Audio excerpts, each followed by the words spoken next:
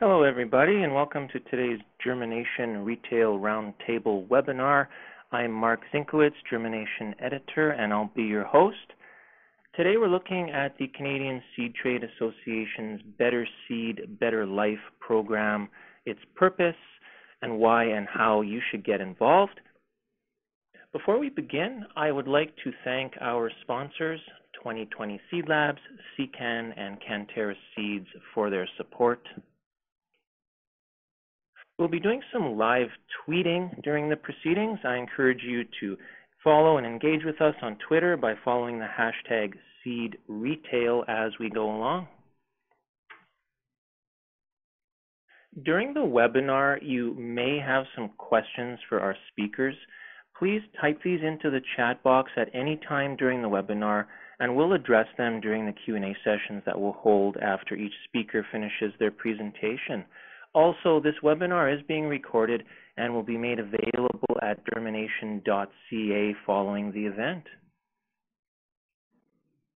We're going to start things off today with a short promo video for the Better Seed, Better Life program before we get to our first speaker. We take our responsibility to grow for the world very seriously. Through research and collaboration, we're developing solutions that will benefit the environment, agriculture, and as consumers, enhance our quality of life. Solutions for healthy, affordable food, greener outdoor spaces, more vibrant plants and flowers, green fossil fuel alternatives. Now picture how these things came to be. They all started with a seed and an idea of what might be possible.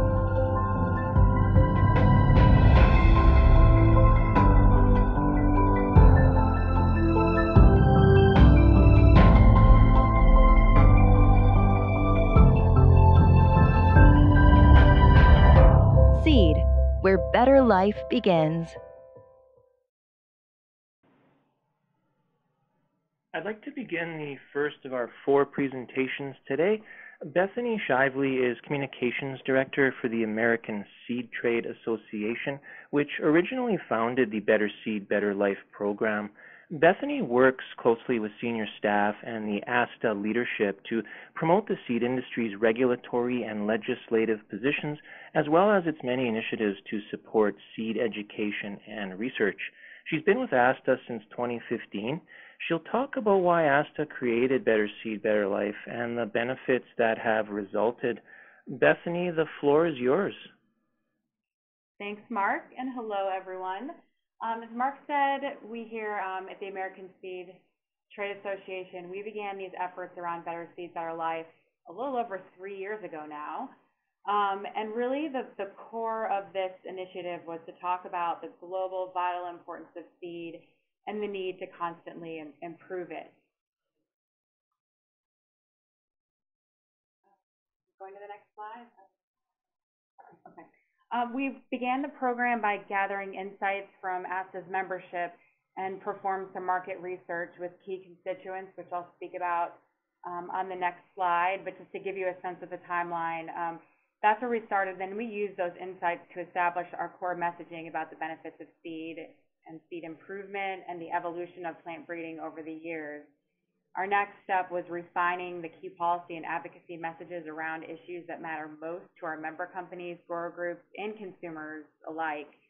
And then we reached out across the industry to build alignment and develop spokespeople for both the core messaging and those policy objectives that go along with it. And now what our focus really is on is we're continuing to build on this program and evolve it and really reach outside of the industry to help inform consumers and other public audiences. So as I mentioned, we grounded this program in some market research to really validate some early assumptions that we had to start this program. And according to that research, key audiences that we tested, like moms, millennials, and foodies, while they recognize the role of technology in modern agriculture, they don't put seed into the same category as other innovations that enhance our quality of life. So you'll see here when we talk about access to clean water, renewable energy, food assistance programs, medicines, land fertilization. Seeds are really falling far below at the end of that list. And yet, when we talk to these key audiences about the specific economic, environmental, and health benefits of seed, they rated their impressions of seed improvement much higher once they heard about those benefits. And so we're using this information as an opportunity to collaborate within agriculture to increase awareness of the seed industry's innovations and also to address those misperceptions about seed improvement and breeding methods. Also, when we tested several ways to describe the work of our industry, from plant breeding to seed science, seed improvement was the term that tested best with those audiences, so that's why we tend to use seed improvement in most of our communications.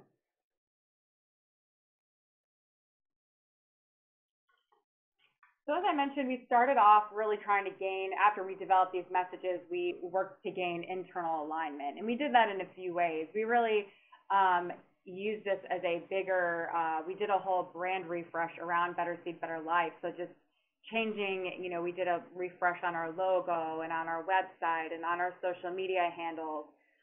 We did a new look and feel of everything and then had that theme across all of our communications channels. And so it was really a big effort of really rebranding the association in a way. We also did message training. We had a core deck PowerPoint presentation that talks about our core messages, and we trained ASTA members on it at our various meetings. We took it out to key partners within the ag industry and other stakeholder groups. And we've more recently developed a Seed Ambassador program, which is called our SALT team, Seed Ambassador Leadership Team, which is a group of individuals from within our association that have an interest in being ambassadors for the seed industry and sharing those messages in their everyday lives as they're out talking to their neighbors, friends, or family, or on social media. And so we're equipping them with the messages, with the messages and the tools they need to go out and get those messages out more widely. Some of the public-facing efforts that we've done over the years, again, we've really been doing a big push on social media, coordinated monthly content calendars, which we share within our membership and also to other partner and stakeholder groups. We have coordinated hashtags. One that we use a lot is #JustGrowIt, but then we also will integrate new hashtags as we head into different seasons or times of years or with popular events going on. We try to play off of other things that are already going on to maximize attention. One of the events that we had the opportunity to participate in was Disney's Epcot International Flower and Garden Festival. We had a trial garden at the festival where people could go and see what plants used to look like and now what they look like today thanks to modern plant breeding. And we also brought in some plant breeders, Jessie Alt on the right with her 2 little girls, who's a plant breeder and also a mom and a home gardener, and had her talk about what she does and why she's passionate about it. It was a really great opportunity to talk to a gardening audience, which obviously knows something about seeds, but didn't know a whole lot about plant breeding. And we had some great questions there. That was another good opportunity to get the message out outside of ag. We've also been really ramping up our media outreach. This is a picture from a media tour that we did out in California around field trials with the vegetable and flower sector. We took a group of garden bloggers and reporters out into the field. They got to talk to plant breeders, with people from companies, and also from a local university, and talking about how plant breeding works and some of the innovations that they'll see coming down the pipeline. And this is just another way that we're trying to get these messages out. And we can't talk to all consumers directly, but if we can reach influencers and key bloggers and reporters that they're following, it's a good way to get these messages out. And so we've been trying to really ramp up our media outreach, and these core messages from Better Seed, Better Life are really helping to build that foundational messaging as we talk to people. We've also been trying to reach out more to students. This is Better Seed, Better Life student video contest that we just completed our 2nd annual contest. Our first year, we did the contest on seed science and innovation, and we just completed our judging for our 2nd year. We'll be rolling out the results of that over the coming weeks. And the theme for that was Rumor Has It. And we asked students to go out and do man-on-the-street interviews at their universities and ask their fellow students about a common myth about agriculture or the seed industry. And we had some great entries, and we'll be using all of these videos on our social media channels and on our website and YouTube that we can maximize. You know, it's great content for us, and it also gives the students a lot of exposure too, so it's kind of a win-win situation. We're also working to extend our reach into the international arena. We've been developing a lot of videos and have been working with some of our partners. Here's a social media graphic around a video that we did with CropLife International, and we also work very closely with the International Seed Federation. And so some of the content that we're developing for social media and in videos, we've been working to translate those into different languages and have that sent out at the international level so that people could maybe customize it and use it in their own countries. You know, and sometimes those messages need to be tweaked to make sure that it resonates for them locally. But we really want this information to be accessible to as many people as possible and to really help to get the word out. So that's been a good tool, is working with those international organizations and having them kind of repackage some of this content so that they can use it locally. Kind of our next phase of this initiative is the future of plant breeding innovation, as we look at new evolving breeding methods like gene editing, and how do we start talking about those a little more within this campaign. So we've really been putting a push around plant breeding innovation. This is a picture of our microsite. It's feedinginnovation.org, which is dedicated solely to plant breeding innovation. We have infographics and videos. We have a blog where we do interviews with plant breeders, get to know a breeder and talk about how they got into the industry, what changes have they seen over the years, and what do they see on the horizon. But really this site is focused on plant breeding innovation, particularly gene editing, as that's kind of what most of people are hearing about out there. That's where our focus is now, and we'll continue to evolve and grow this program in the years ahead, but that's a snapshot of kind of how we got our start and how this program has evolved to where we are today. And I'll be happy to take any questions at the end. Well, thank you so much, Bethany. I'd like to do a short Q&A session now. If you have a question for Bethany, please type it into the chat box. Bethany, can you give us some insight as to what it is about seed that makes consumers think differently about it than they do about other innovations? That's a good question, Mark. You know, I think part of it is that seed is not really a tangible thing to most consumers. I mean, of course, there are those people that garden and are interested in it, but it's not something I think that people really interface with on a daily basis like they do with other innovations. Whether we talk about ag innovations, maybe like, you know, I think at the top of that list that I showed at the beginning was drinking water and clean water, and that's something that people do every day. They drink water. Or we look at innovations like a cell phone or your car, things that people use every day. So I think just the seed is a little less tangible for people, and they're not associating it with everything else that they do, even though it really is at the heart and at the beginning of pretty much everything there is. And I've even heard from some people within, from some educators who are involved in the ag ed space, that even among the ag educators, most of them are not as familiar with plant breeding and seed, and it's not something that's even being incorporated as much within the ag education programs.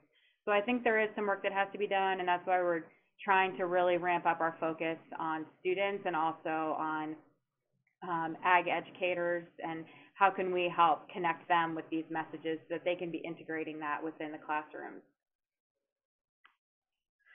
Can you talk about the SALT initiative with ASTA and how it ties into the Better Seed, Better Life program?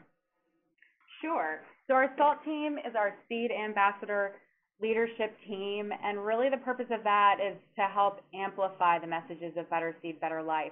We're trying to develop a lot of content and push it out, but we only have but so much of a reach within ASTA, and we need people to help us carry these messages outside if we really want to maximize our reach. So We have members of the SALT team have been nominated by ASTA leadership to participate in this program. We put them through a full day of communications and advocacy training and teach them how to answer tough questions. How do they get their messages out there online? How do they engage maybe in a tough conversation online, or when should they step away? We do some traditional media training on how to talk to reporters. And we have just some role playing on if you were talking to a neighbor and they asked you tough questions, how would you answer that? Or how do you start a conversation with someone at the grocery store when you see misinformation out there, or you hear something that's not correct?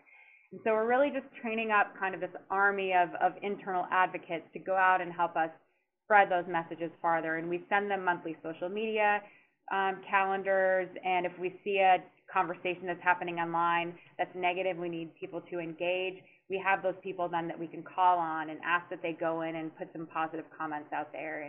And they've been great ambassadors for our industry, and we're continuing to build up more people to be a part of this team.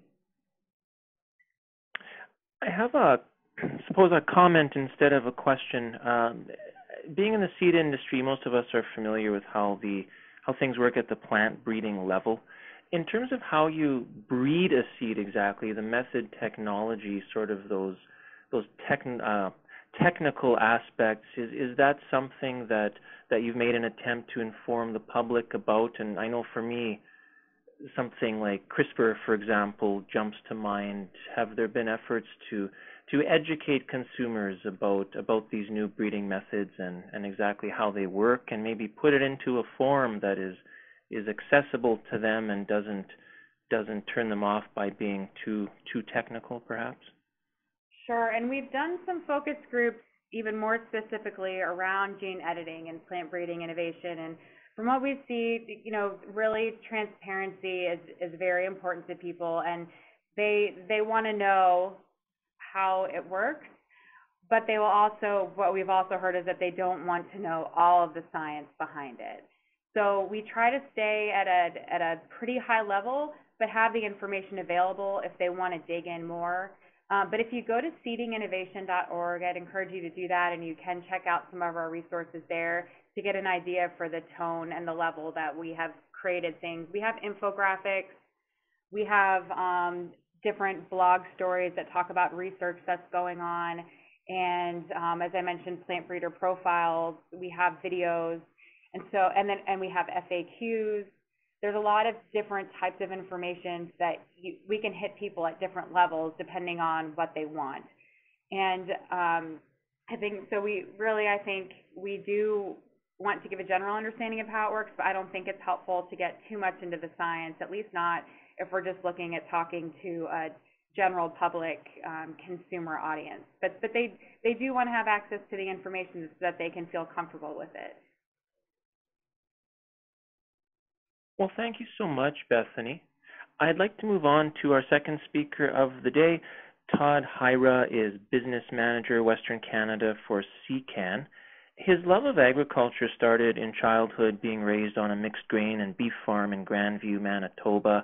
He continued his ag journey when he began his career in 1990 in the seed industry, first at Proven Seed and now at CCAN. He's also currently president of the Canadian Seed Trade Association. He's going to speak for a few minutes about why the CSTA adopted and adapted the Better Seed, Better Life program for people here in Canada and how you can get more involved. Todd, the floor is yours. Thank you very much, Mark. Hopefully everybody can hear me. I just want to I've got about 5 slides and want to give some background on Better Seed, Better Life from a Canadian perspective. And we're really quite grateful to have this information have been shared with us by ASTA. If you could move the next slide, Mark. So one of the focus areas for the Canadian Seed Trade Association, one of our core messages was to enhance industry image and public trust. And we struggled with exactly how to do this. We didn't want to be duplicating what was being done in other areas. It's an expensive endeavor to take on your own. And so the Stakeholder Relations Group, a working committee, part of the CSTA, was empowered to investigate and look for a possible solution so that the Canadian seed industry could do their part in relaying a positive industry message and do it in a cost-effective, meaningful way. Next slide, please.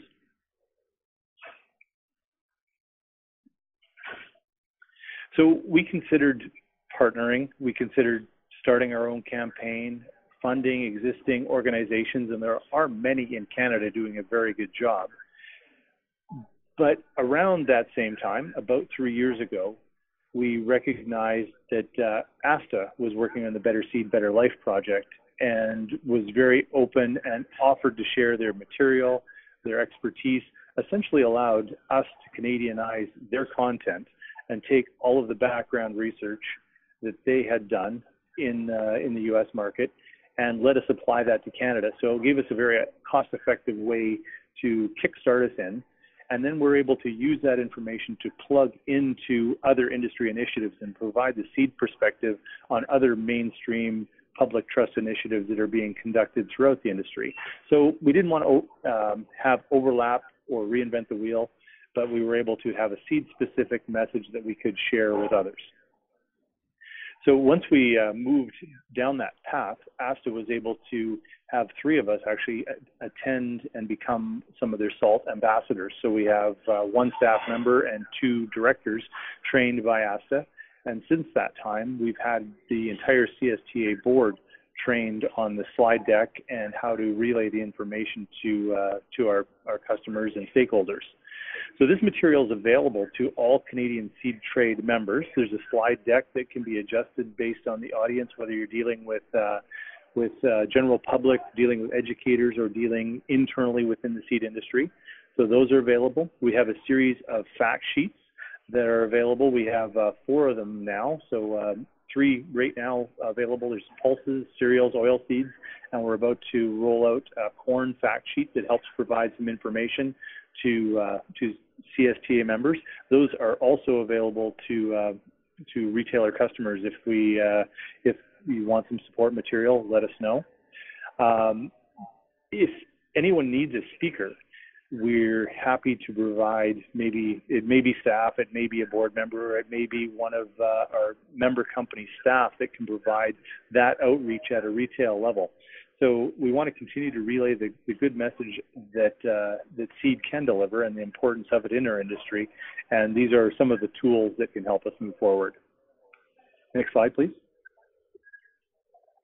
So wanted to just reiterate our thanks to ASTA for sharing their work and allow us to move forward effectively and efficiently without having to reinvent everything. If you're interested in a presentation or opportunity for outreach, you can contact either myself or the Canadian Seed Trade Office, and we'll try and line somebody up to provide that support and answer any questions you might have. The next slide, please, Mark, and that's the contact information at CSTA.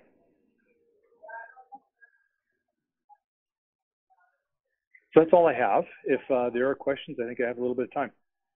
Well, thanks so much, Todd. Yes, we'll take a couple of questions. I'll just leave the contact information up there in case anybody wants to write it down or take a screenshot. Todd, as a farmer and a consumer, what do you think is the most effective way of informing the public about what we do in the seed industry and help clear up their misconceptions? I think the biggest thing anybody can do is be themselves and speak confidently about your role, either in the seed industry, either as a retailer or a farmer or a seed company. Each of us have a different lens and set of experiences, and if we can share those positive experiences with customers, whether they be farmers or general public, but listen to their concerns, find out where their point of view is coming from, and then share your positive experiences throughout your career in how seed has changed, how it enhances everything from agricultural production to turf to beautification of streets and parks. So there's a story to be told about all of this, and it's a matter of just thinking back to the benefits that you've had. One of the most powerful stories for me is to think about how agriculture has changed. And I grew up as a farm kid in the 1980s watching soil erosion because there was no such thing as zero-till at that time, and how the modern crops and agricultural tools we have now have essentially eliminated that problem. And when we look at the drought we've had across much of Western Canada this past year, the crop yields that we've been able to generate would not have been possible without having zero tillage, better soil moisture preservation, and the crops have been bred for improved drought tolerance. So it's been amazing, the transition that we've had. Todd, this sort of ties in a little bit maybe, but what unique role can retailers specifically play in advancing the Better Seed, Better Life program? Are there any relatively simple things that they can do? Well, I think in some ways, just as I'd mentioned, think about the impact in their area or in their lifetime that seed and seed improvement has had. And if you're new or don't have the confidence, reach out to a seed company or an individual in the seed industry who has more experience and can share some ideas. If you're stumped and something is bothering you, there's lots of seed advocates that are very passionate about sharing the message of the differences that improved seed have made in agriculture, and so more than willing to share ideas and bounce some of those off you. So it's a matter of asking for help if you need it. Well, thank you so much, Todd. I'm going to move on to our third speaker of the day. Erin Armstrong is responsible for trait and license agreements, intellectual property protection, and regulatory issues at Canterra Seeds. She joined Canterra in 2008 following her tenure as President and CEO of the Brewing and Malting Barley Research Institute. She also sits on the board of the CSTA and has been a member of the CSTA's Intellectual Property Committee. Erin's going to tell us why a program like Better Seed, Better Life is important from a regulator's perspective. Erin, the floor is yours. Thanks, Mark, and hello, everybody. I'm going to apologize ahead of time. I have a little bit of a creaky voice today, so excuse me if I pause to cough occasionally.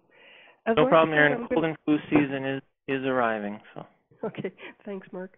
As Mark said, I'm going to touch on how the Better Seed, Better Life initiative is useful in dealing with regulatory issues. And I am responsible for industry and regulatory affairs at Canterra Seeds. And these days, whether it's in ag or more broadly, it's very interesting times with pretty significant initiatives by governments to take on regulatory modernization.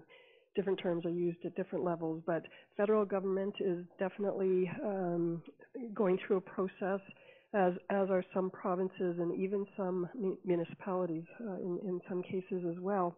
When we engage in discussions with the public sector and with the public, it's much easier to talk to them about the issues that matter to us and potential changes we want to see in regulations if they understand our industry. And the Better Seed, Better Life is a key tool to help increase that understanding. If I think of just the last handful of years, some of the regulatory issues that the seed industry and depending on the issue, the broader value chain have been involved in. There's been plant breeders' rights in UPOV 91, value creation, seed synergy, variety registration, and several others. That's just naming a few of them. And all of these include discussions that go on, in most cases over years, in some cases over decades.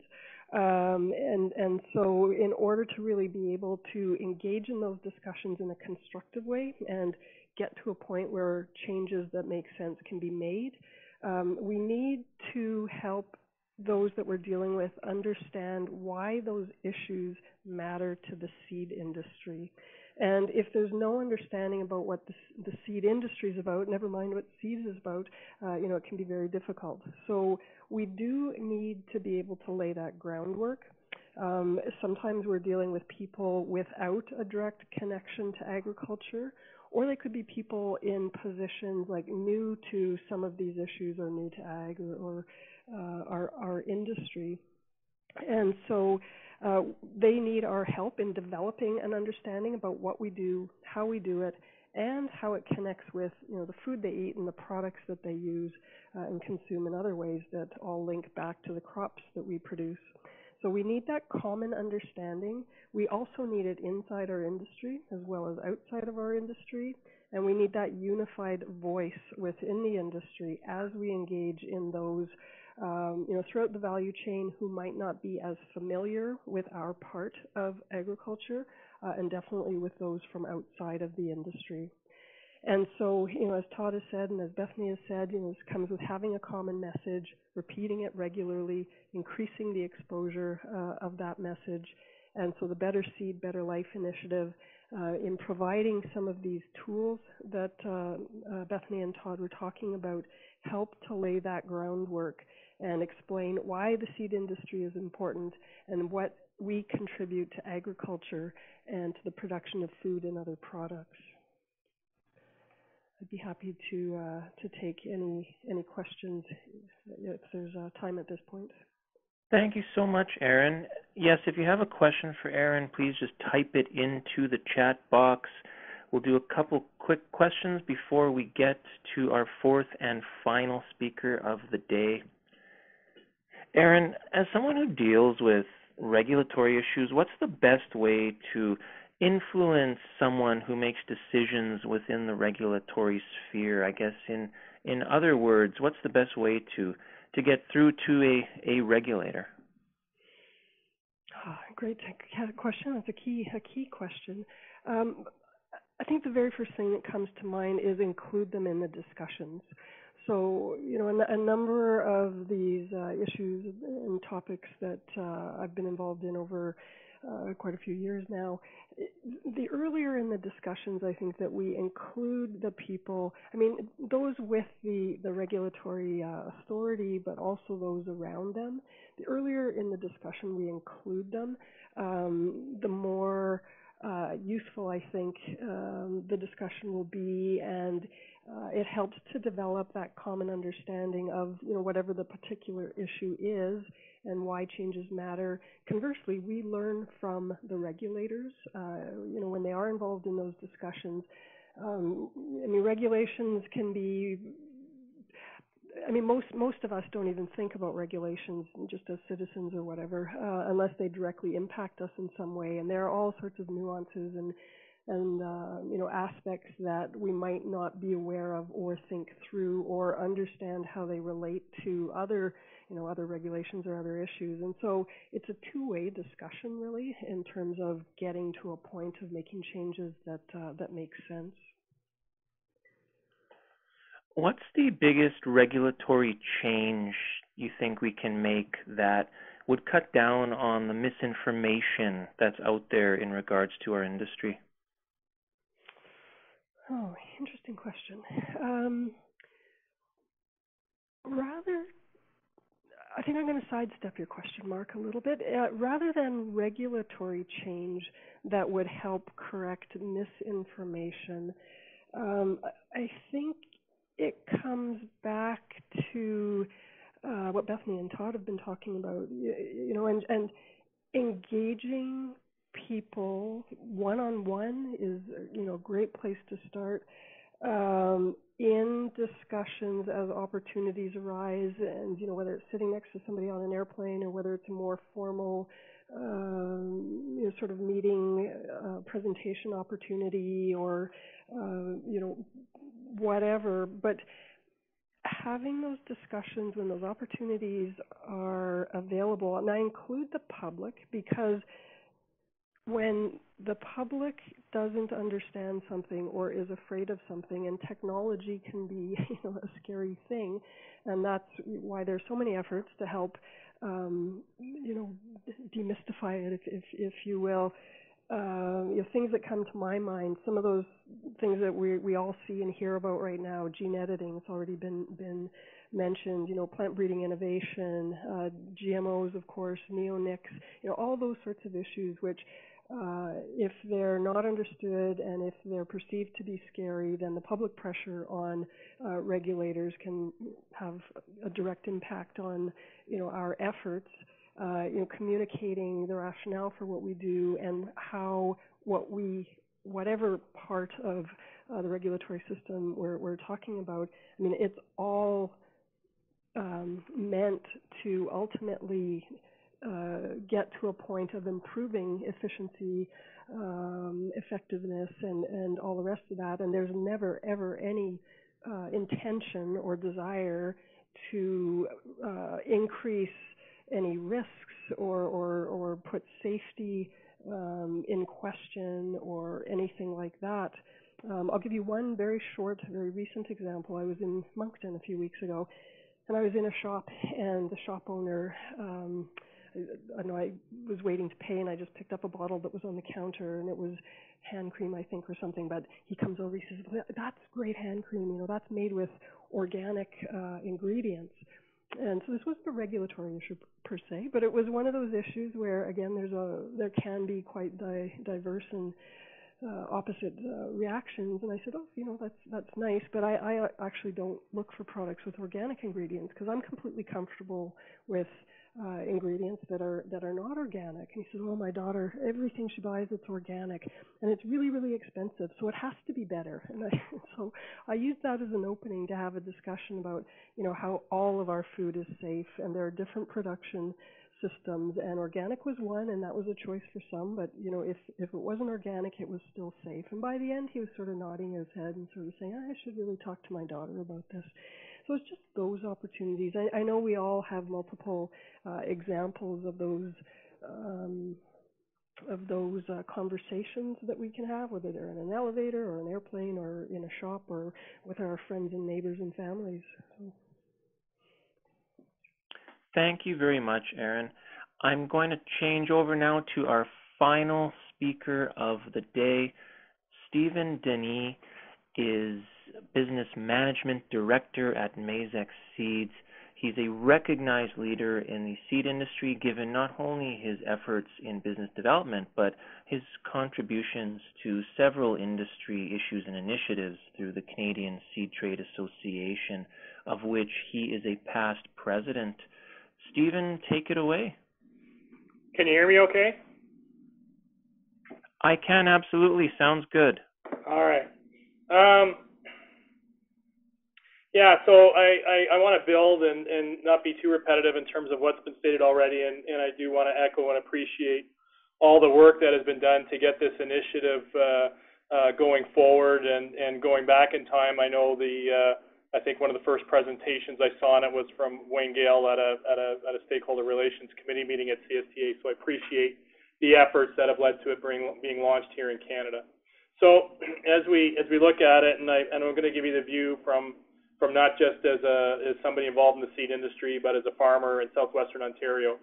And when I look at that, our biggest issue as farmers is not weeds, diseases, or world trade, or other things we see in the press, but the real issue is the fact that we've done too good of a job, and 99% of the people in the Western world take their food for granted, and they're very removed from food production, and we've talked about some of that already. But it has led to lots of questions about our food supply, and unfortunately, farmers haven't been on the front lines to be the ones that have the opportunity to answer them. And so what do we need to do? So our biggest issue is public trust to farm. And a result of that, it's the public trust to act as an industry in support of our farm customers. I show you a website here because this was from about a year and a half, 2 years ago. And this is actually, the question is, does Heinz ketchup contain genetically modified ingredients? And the answer, of course, today is no. But this question was raised, and the articles were on the public forum and public support page of a mattress company. And so when we have mattress companies that are using this as a means to show that they're good environmental stewards, we know that we've got to act as an industry. I think what we're starting to do as an industry and what we need to continue to do in a very forceful way is to tell the good news story, which is by any measure we are producing the safest food supply in the history of mankind. It's the most nutritious, and what a lot of people don't think, given what we see, is that but it's also the lowest risk food supply. And then I would jump to the bottom, which is that when I look at the technologies that I've adopted on my farm, in terms of reduced tillage practices as a result of the herbicide programs that have come forward, or being able to use a genetically modified crop that allows me to spray a non-selective herbicide over top. You know, what I've actually seen around me is a rebound in wildlife and their food chain stability, you know, at all levels. And so I'm very encouraged when I see that, and it is a good news story that we absolutely need to share. And how we've been able to do that, and at the same time try to feed a growing population and feed an industrial complex that is also turning to crops as a source of material that they can use, and it is a direct result of the investment we've made in science. You know, on the farm we've done a lot of things. I mean, it's not just taking advantage of the breeding and the crop protection products and plant nutrients and the biotechnology, but certainly equipment advances, farm, you know, field drainage and precision farming are all tools. But at the end of the day, it's the science and the innovation that has really led us to make the productivity gains that we've done on the farm, and it's the science and innovation that has allowed the industry to develop those tools for producers to use. And so what most people don't know, and why this is such an encouraging and positive initiative, is that life starts with seed.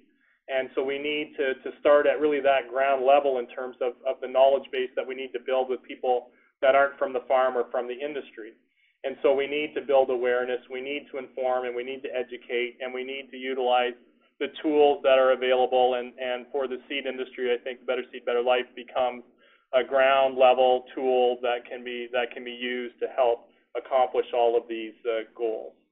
So this initiative, Better Seed, Better Life, is really, to me, not just as someone in the seed business, but as a farmer, is an important and a critical framework that we can use to build awareness and inform at what really is a critical time in our industry when we look at continuing to invest in innovation and new ways to control the issues that we face, not just in the farm, but in terms of bringing tools in food and healthcare and other ways to consumers.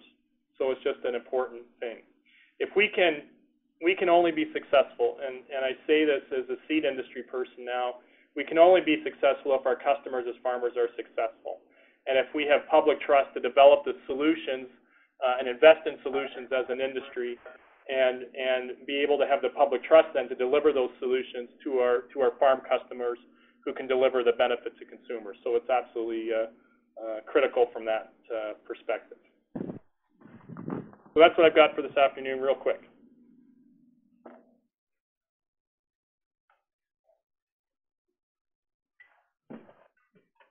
Thank you so much for your time, Stephen. Before we end our webinar, just want to thank you all for spending your lunch hour with us today. I'm just going to take a couple questions now. Again, if you have a question, type it into the chat box.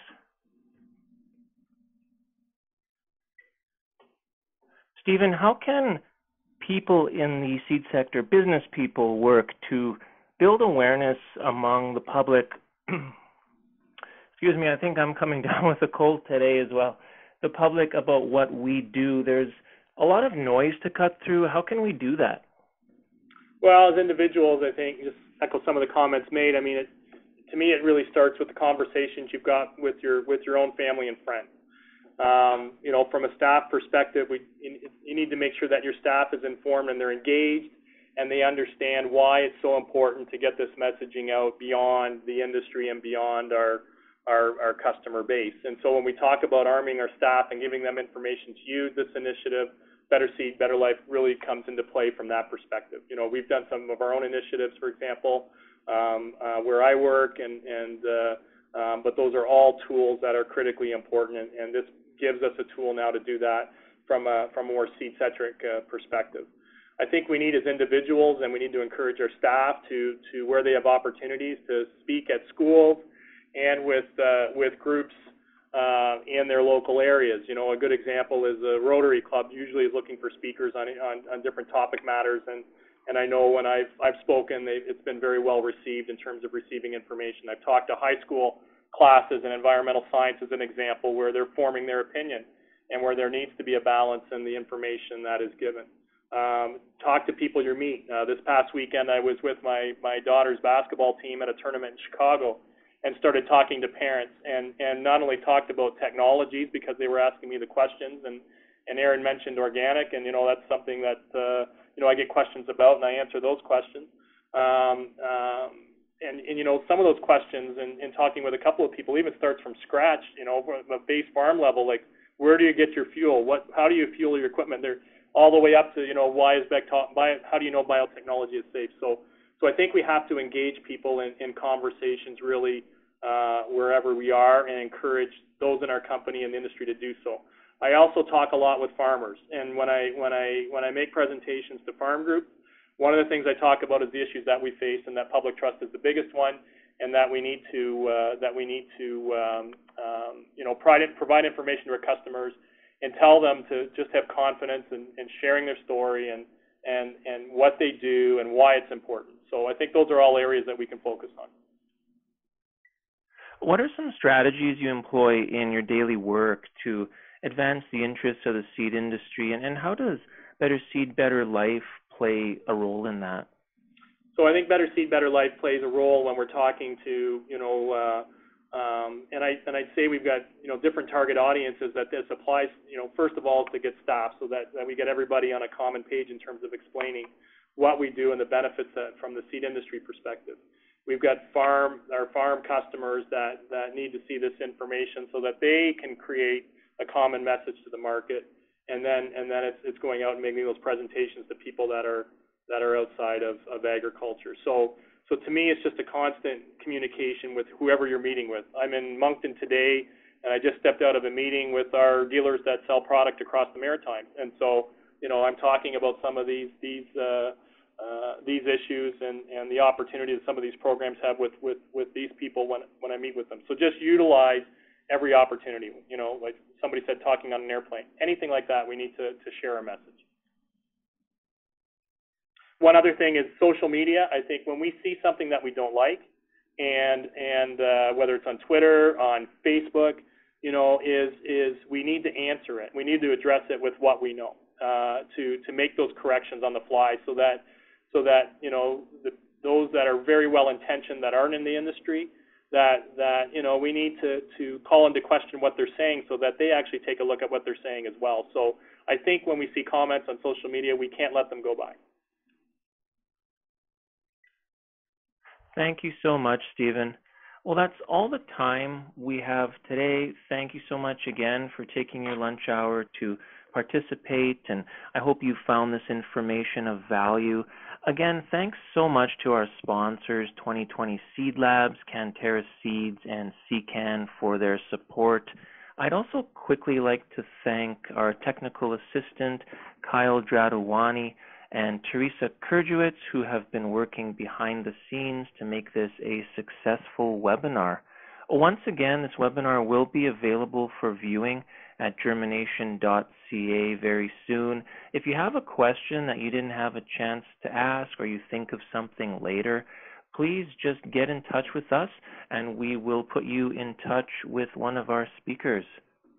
Thanks again, and we hope you have a terrific day. This is Mark Zinkowitz of Germination signing off.